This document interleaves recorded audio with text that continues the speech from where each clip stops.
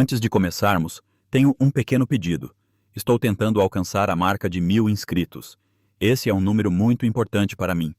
Por favor, cliquem no botão inscrever-se. É apenas um clique, mas para mim é uma motivação enorme para continuar criando vídeos. Muito obrigado a todos vocês. A chuva caía como agulhas na minha pele nua. Ajoelhei-me na lama do mercado. Correntes nos meus pulsos, mais pesadas que o peso do meu desespero. À minha volta, mercadores anunciavam as suas mercadorias. Seda do sul, especiarias de terras distantes e pessoas. Sempre pessoas.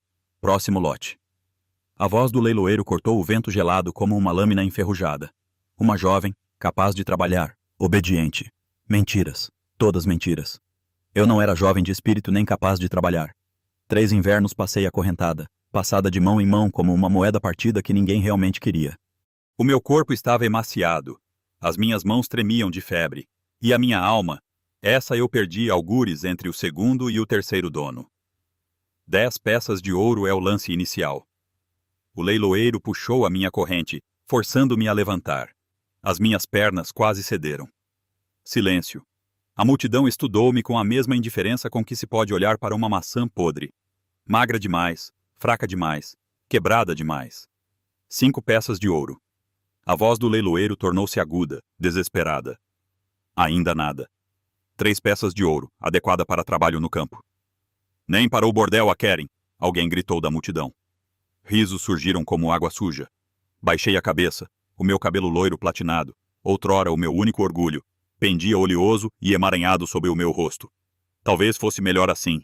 Talvez ninguém me comprasse e o leiloeiro simplesmente me esquecesse. Deixasse-me na lama onde pertencem as coisas sem valor.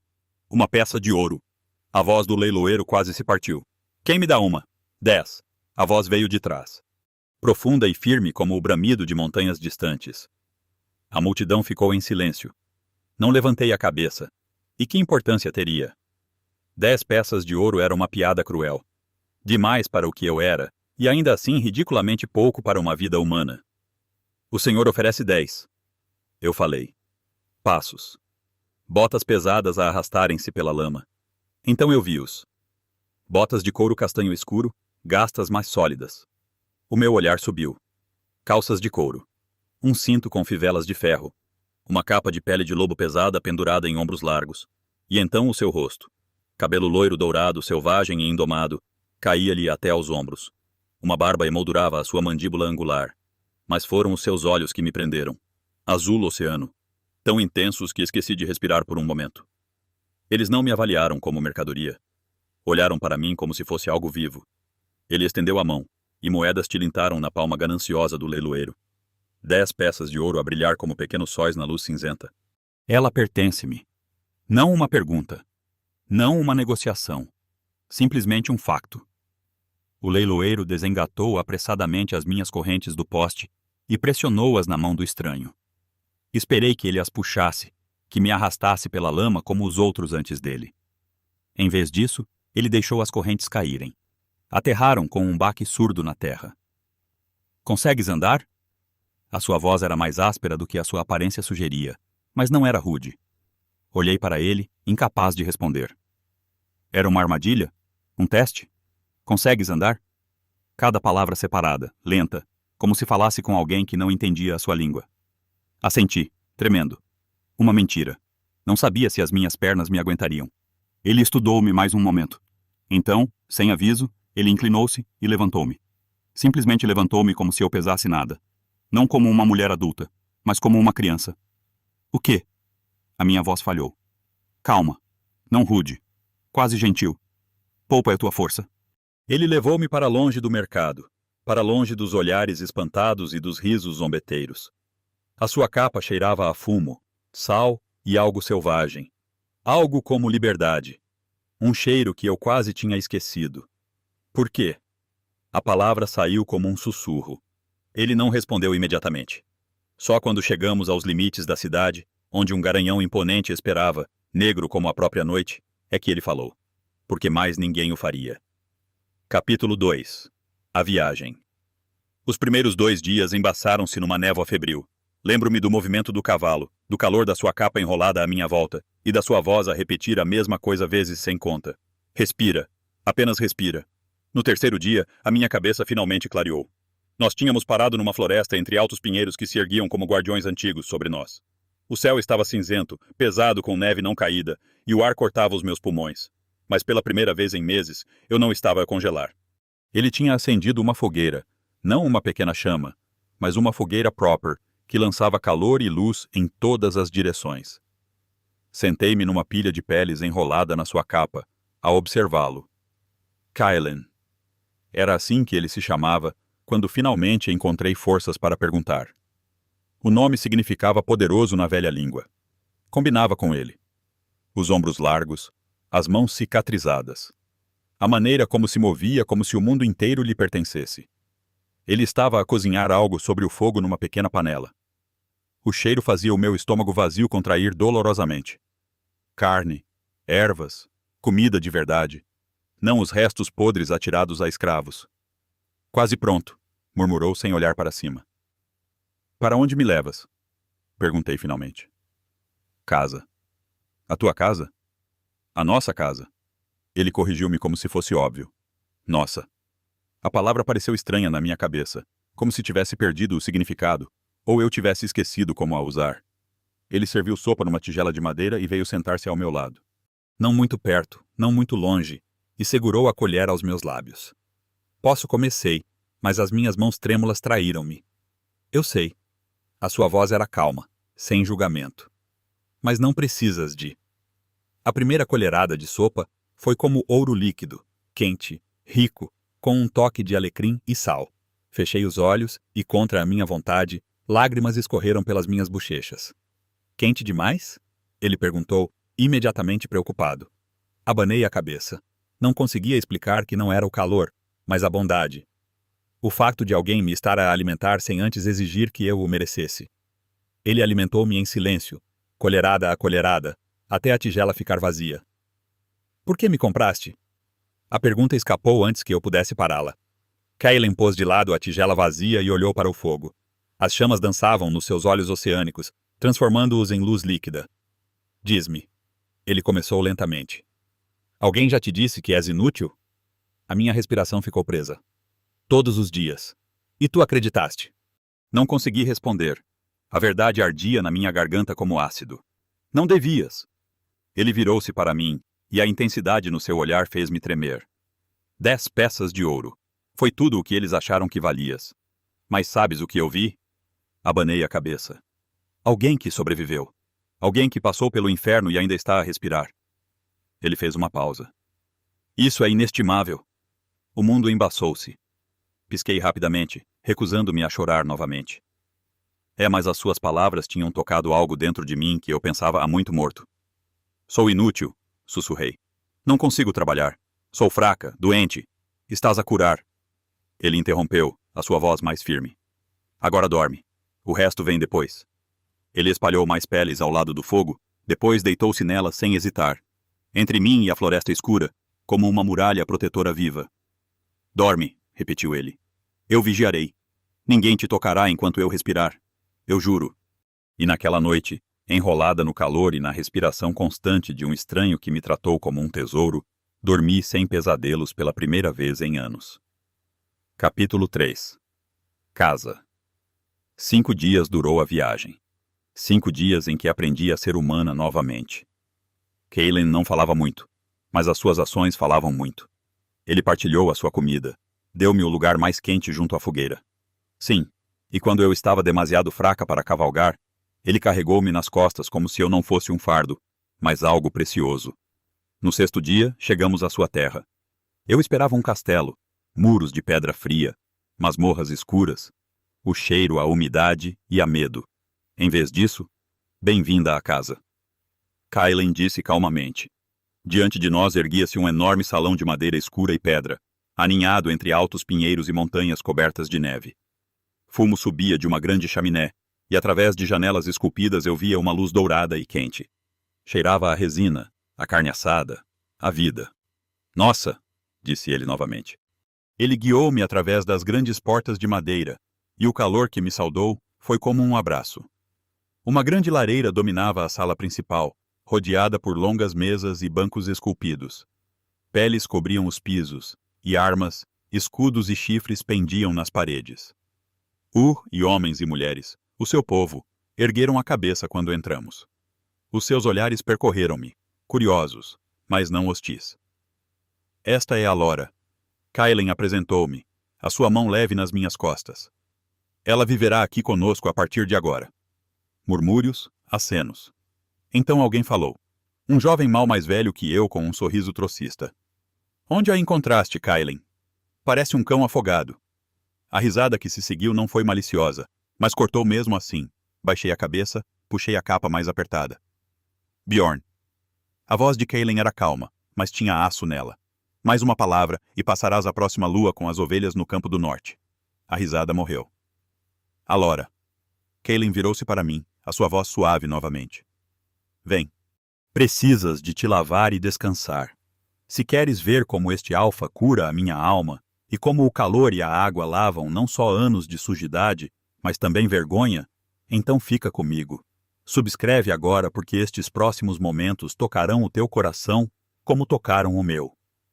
O banho ficava separado do salão principal, construído sobre uma nascente termal natural. Vapor enchia a sala e a água brilhava convidativamente numa grande bacia de pedra. Vou deixar-te em paz, disse Kailen, virando-se para ir. Espera.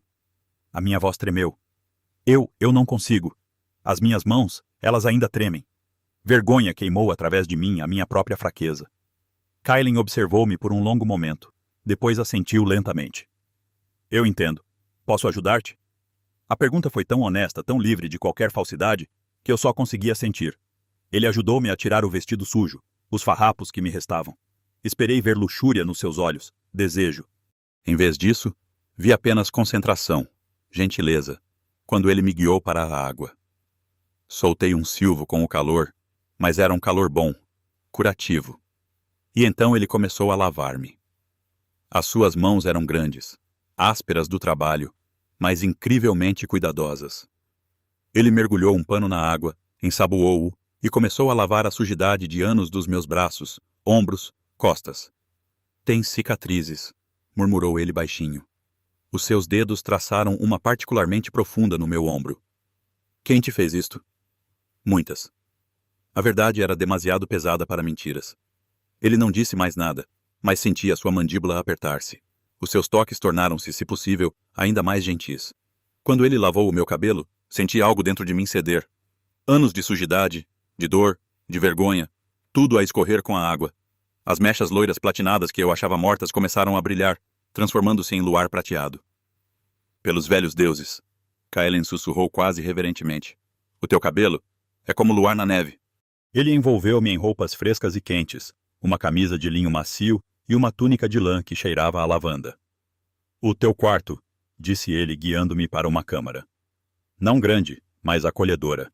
Uma cama com peles grossas, uma pequena mesa, uma janela com vista para as montanhas nevadas. O meu quarto é ao lado, acrescentou ele, se precisares de alguma coisa. Por que fazes tudo isto? A pergunta escapou-me. Ele estava na porta, as costas voltadas para mim. Porque tu mereces. Mas eu não sou nada. Ele virou-se e a intensidade nos seus olhos roubou-me o fôlego. Deixa de te diminuir. Tu estás aqui. Estás segura. E a partir de amanhã, começaremos a mostrar-te quem realmente és. Capítulo 4. Valor. Semanas passaram como um sonho. A mulher mais velha, Freya, tomou-me sob a sua asa. Ensinou-me a fazer pão, a separar ervas, a coser vestidos simples, não porque eu tivesse que o fazer, mas porque ela via que eu precisava de algo, um propósito, uma ocupação para as minhas mãos e mente. E Kailen observava, não de forma intrusiva, não possessiva, mas eu sentia o seu olhar quente como luz do sol. Cada vez que eu sorria, cada vez que eu ria, cada vez que eu dava mais um passo de volta para a vida. Então veio a noite de celebração, o festival de inverno, uma antiga tradição a honrar o ano passado e a dar as boas-vindas ao vindouro. Kailen deu-me um novo vestido, azul escuro como o céu noturno com bordados prateados que brilhavam à luz de velas. Senti-me bonita pela primeira vez em anos. Sentei-me ao lado dele na mesa principal, o meu coração a bater nervosamente. Então um homem levantou-se, mais velho com barba grisalha e olhos desconfiados, um dos conselheiros de Kailen. Kailen, começou ele, a sua voz a cortar através da risada. Posso perguntar que papel esta mulher desempenha na sua casa? O salão ficou em silêncio. Ela senta-se à sua mesa, veste tecidos finos, é tratada como uma convidada de honra. E, no entanto, o homem fez um gesto de desdém. Todos sabemos que a comprou por 10 peças de ouro no mercado de escravos. Uma escrava de 10 peças de ouro senta-se à nossa mesa. A vergonha queimou nas minhas bochechas. Baixei a cabeça, querendo desaparecer. Mas então senti a mão de Kailan na minha, firme, quente, inabalável. Levante-se, Alora. O quê? Sussurrei assustada. Levante-se. Quero que todos a vejam. Com os joelhos a tremer, levantei-me, a minha mão ainda na dele, uma âncora num mar tempestuoso. Kailan também se levantou. A sua presença encheu o salão como uma tempestade. Perguntas que papel ela desempenha, a sua voz trovejou pelo salão. Então deixem-me responder-vos. Sim, eu comprei-a por 10 peças de ouro, 10 peças ridículas de metal que os idiotas naquele mercado pensavam que ela valia. Ele virou-se para mim, e os seus olhos queimavam. Mas ouro? Ele riu amargamente. O ouro é apenas metal. Enferruja. Desvanece-se. Quebra. Pessoas como você, ele apontou para o conselheiro. Medem o valor em moedas, em posses, em preço. A sua mão levantou o meu queixo, forçou-me a olhar nos seus olhos. Mas eu vejo o verdadeiro valor. Vejo alguém que sobreviveu quando o mundo tentou quebrá-la. Vejo alguém que ainda carrega bondade apesar de ter sido mostrada apenas crueldade. Vejo, a sua voz embargou ligeiramente. Vejo um presente da própria lua, inestimável. Ele virou-se de volta para o salão. Se discorda da minha decisão, Aldrich. A porta está ali. Ninguém a impede de sair. Mas enquanto viver sob o meu teto, tratará a Lora com o respeito que ela merece. Não porque eu o diga, mas porque ela é um ser humano com mais força no seu dedo mínimo do que você tem em todo o seu corpo. Silêncio. Pesado. Denso. Elétrico. Então Freya começou a aplaudir, lenta, deliberadamente. Outros seguiram. Um por um, até que todo o salão irrompeu em aplausos. E eu fiquei ali, lágrimas a escorrer pelo meu rosto, a minha mão ainda na de Kailan. Pela primeira vez na minha vida, senti-me vista. Capítulo 5. Inestimável. Naquela noite, não consegui dormir. Uma batida suave na minha porta. Alora, estás acordada? A voz de Kailan, gentil, questionadora. Sim. Ele entrou vestindo apenas uma simples camisa de linho e calças de couro. À luz do fogo, ele parecia uma figura de lendas antigas. Um guerreiro, um rei. Queria ter a certeza de que estavas bem. Não entendo, sussurrei. Por quê? O que queres de mim?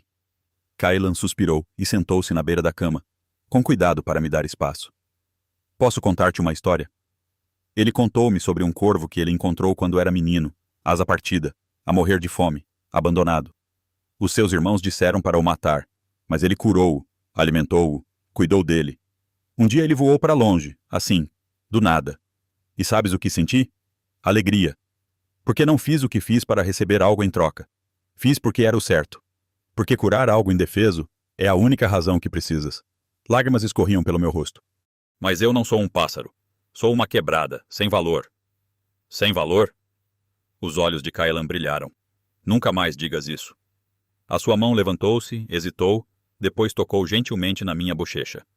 Não sei quem te ensinou que o teu valor podia ser medido por um preço, mas eles mentiram. Como sabes? Porque olho para ti, disse ele simplesmente. Vejo como ajudas Freya, embora as tuas mãos tremam. Vejo como fazes as crianças rir, embora ainda estejas a aprender a sorrir. Vejo. A sua voz embargou. Vejo uma mulher que tem o direito de viver, de rir, de ser amada. Essa última palavra pairou entre nós. Amada. O polegar de Kailan enxugou uma lágrima.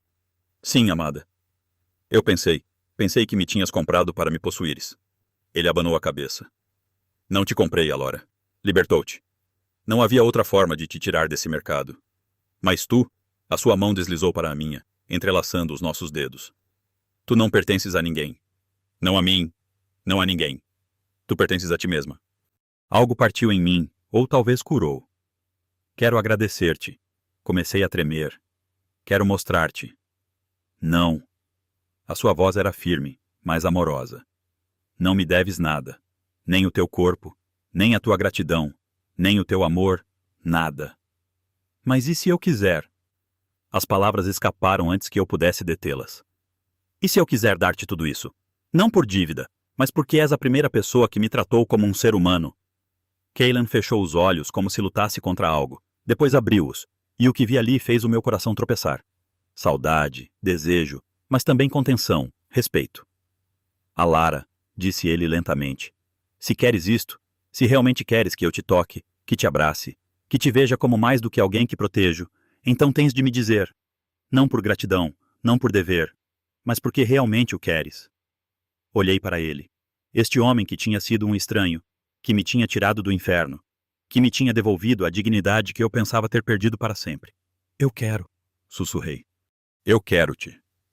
Por um momento ele não se moveu. Depois, lentamente, como quem se aproxima de uma criatura tímida, ele inclinou-se para mim. Os seus lábios tocaram os meus, gentis, questionadores, cheios de paixão contida. Eu não comprei uma escrava, sussurrou contra a minha boca. Encontrei a minha rainha, e tu, Alara de cabelos de luar, és inestimável. Aquela noite tornou-se algo sagrado. Os seus toques não foram o que eu temia, não brutais, não exigentes. Foram adoração. Cada cicatriz que ele beijou era uma promessa. Cada sussurro era um voto. Cada movimento terno era prova de que eu era mais do que um preço, mais do que um número, mais do que uma coisa.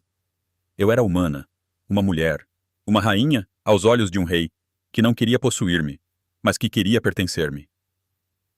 Epílogo, reflexão. 6 luas depois. Fiquei junto à janela do grande salão. O sol, a ver a neve a cair suavemente sobre os pinheiros. A minha mão pousava na minha barriga, ainda não inchada, mas eu sabia. Freya tinha confirmado ontem. Uma vida dentro de mim. Uma nova vida inocente que nunca saberia o que significava estar acorrentada. No que estás a pensar? Os braços de Cailan envolveram-me por trás. O seu queixo pousou no meu ombro. Apoiei-me no seu calor. O quão longe cheguei? Nós, corrigiu ele. O quão longe chegamos? Virei-me nos seus braços, olhei para ele. As cicatrizes ainda estavam lá, na minha pele, no meu coração, mas já não me definiam. Cailan, acreditas que as pessoas têm um preço? Ele ponderou. Acredito que o mundo tenta ensinar-nos que temos, que podemos ser medidos em ouro, em utilidade, no que produzimos ou oferecemos. E o mundo está errado. A sua mão levantou o meu queixo. Foste vendida por 10 peças de ouro. Eu nasci em riqueza e poder. Mas perante os deuses, perante a vida, somos iguais. Não no que temos, mas no que somos. Almas humanas, inestimáveis. Inestimáveis, repeti. E a palavra já não soava estranha. Soava a verdade, como um voto, como uma promessa. Lá fora, o mundo despertava. Crianças riam na neve. Freya chamava por alguém. A vida continuava, imperfeita, mas bonita. E eu já não era a escrava quebrada do mercado. Eu era a Alara, amada de Cailan, rainha desta terra, mãe de um filho que estava para vir. E acima de tudo, eu era inestimável. Não porque alguém me disse, mas porque finalmente acreditei nisso. Muito obrigado por assistirem a este vídeo até o fim. Eu realmente aprecio cada momento que vocês passaram aqui comigo. No momento, estamos rumo ao nosso primeiro marco, 1000 inscritos. Se as minhas histórias tocaram vocês de alguma forma, por favor, me apoiem clicando no botão inscrever-se. Cada inscrição é uma motivação enorme para eu continuar trabalhando e criando mais histórias valiosas para vocês. Nos vemos no próximo vídeo.